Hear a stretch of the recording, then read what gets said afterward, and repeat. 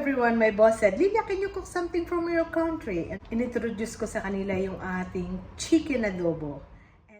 So ito na po yung ating chicken. Minarinate ko po ito sa maraming garlic, pepper, chili flakes, oyster sauce, light sauce, at saka nilagyan ko po siya ng laurel powder.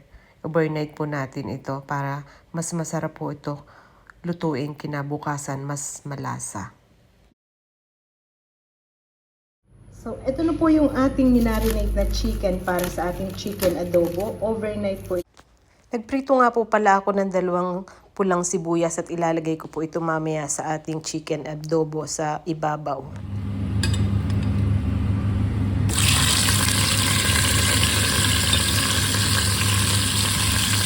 Ayan, lumabas na po yung mantika ng chicken.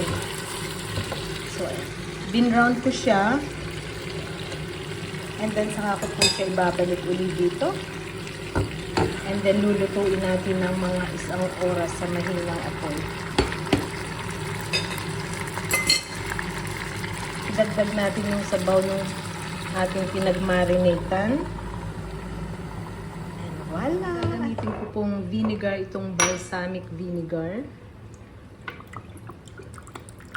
Mga 3 tablespoon po yan at saka itong apple cider. Pinagmimix ko po yan. And dahil half cook na yung ating chicken, pwede na natin i-add yung suka. Itong vinegar, wag na lang po nating haluin. Kasi ayan yung chicken natin, half cook na. And then ilagay na natin para manuot na yung lasa niya.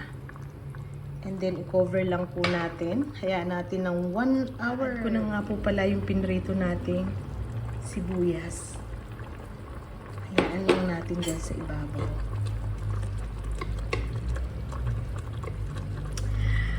Napakasarap po niyan. And then, i-cover natin. Voila!